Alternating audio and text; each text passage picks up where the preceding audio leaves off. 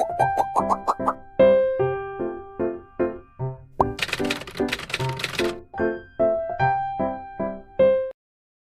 sini saya akan menjelaskan dan menjawab pertanyaan yang terdapat pada LKM organ indera pada kegiatan 1 mengenai kelainan-kelainan pada lensa mata.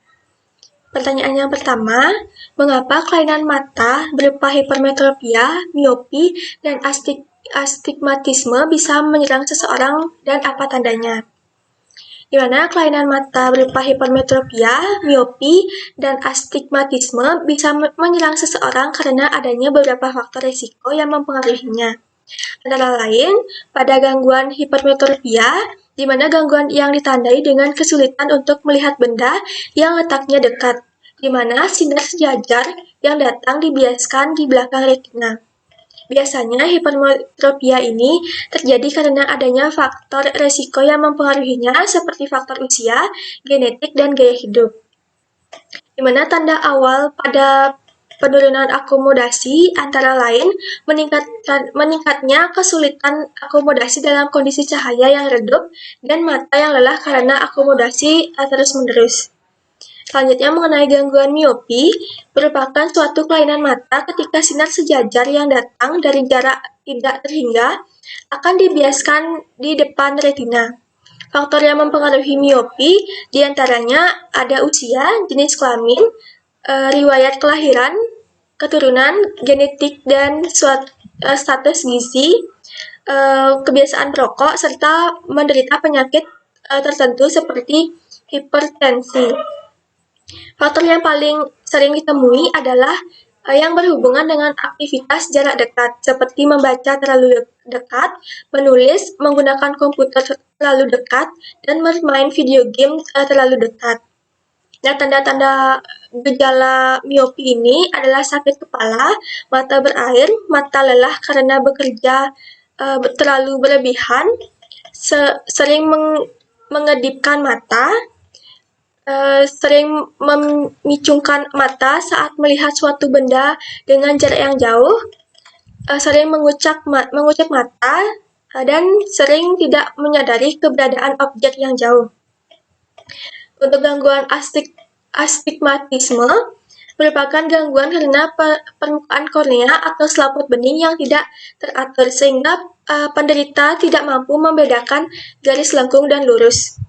Gangguan ini disebut juga dengan mata silinder, merupakan kelainan bentuk permukaannya sehingga sinar jauh pada 2 titik di depan retina.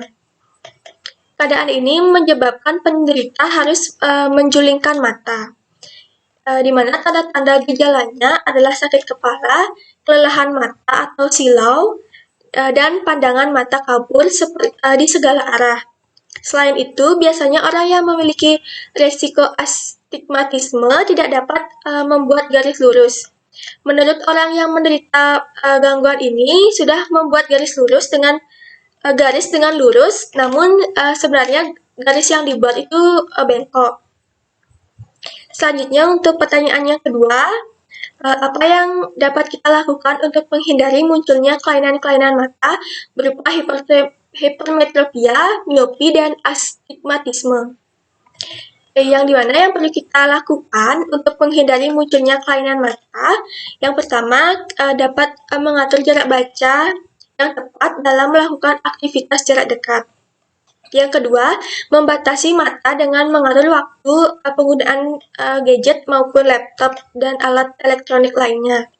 Yang ketiga, pencahayaan yang kurang atau terlalu redup selama membaca. Yang keempat, membaca dan bermain gadget tidak sambil tidur karena posisi tersebut bisa menyebabkan mata cepat lelah. Yang kelima, orang tua diharapkan untuk mengontrol kebiasaan anak agar minus atau mata minus tidak bertambah lagi. Dan yang keenam, menjaga pola makan atau memberikan asupan gizi seperti wortel yang kaya akan vitamin A, yang baik untuk kesehatan mata dan mengembalikan mata menjadi normal.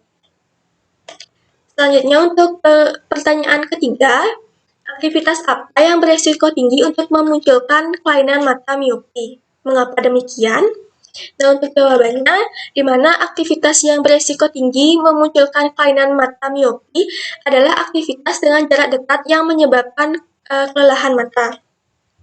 Kebiasaan beraktivitas dalam jarak dekat seperti membaca atau beraktivitas jarak dekat tanpa diselingi dengan istirahat setelah 30-40 menit, serta jarak beraktivitas dalam jarak dekat yang tidak proporsional, seperti jarak membaca yang terlalu dekat yaitu kurang dari 30 cm dan jarak menonton televisi dan terlalu dekat yaitu kurang dari 5 kali lebar TV.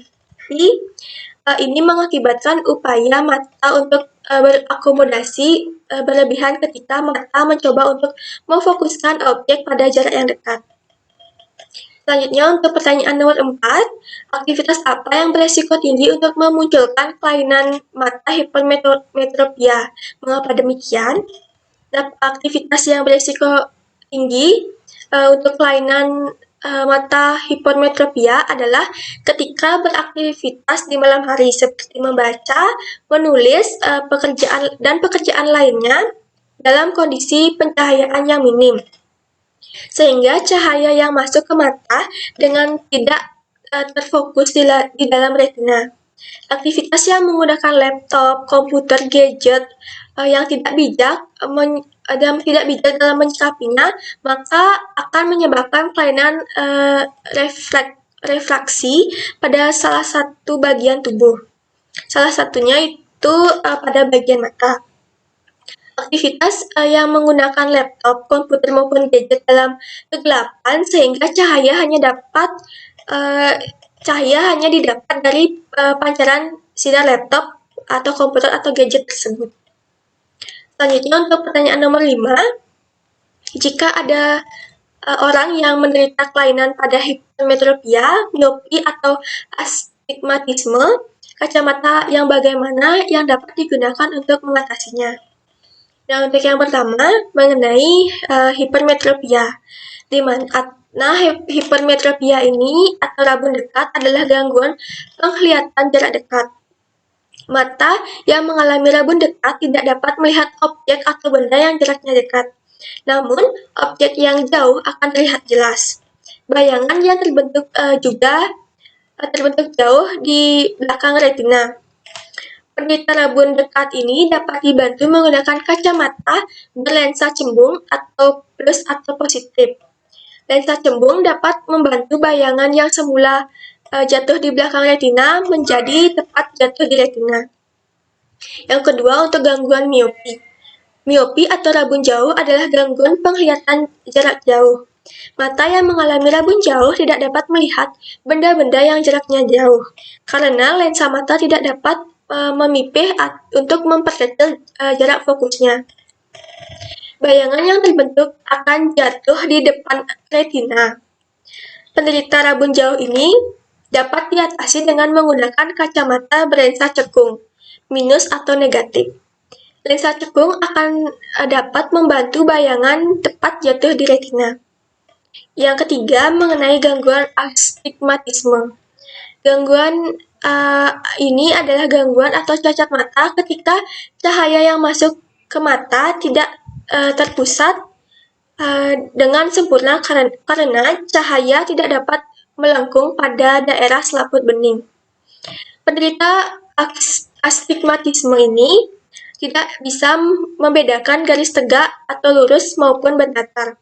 Maka penderita astigmatisme ini dapat dibantu dengan menggunakan kacamata berlensa silindris atau kacamata silinder.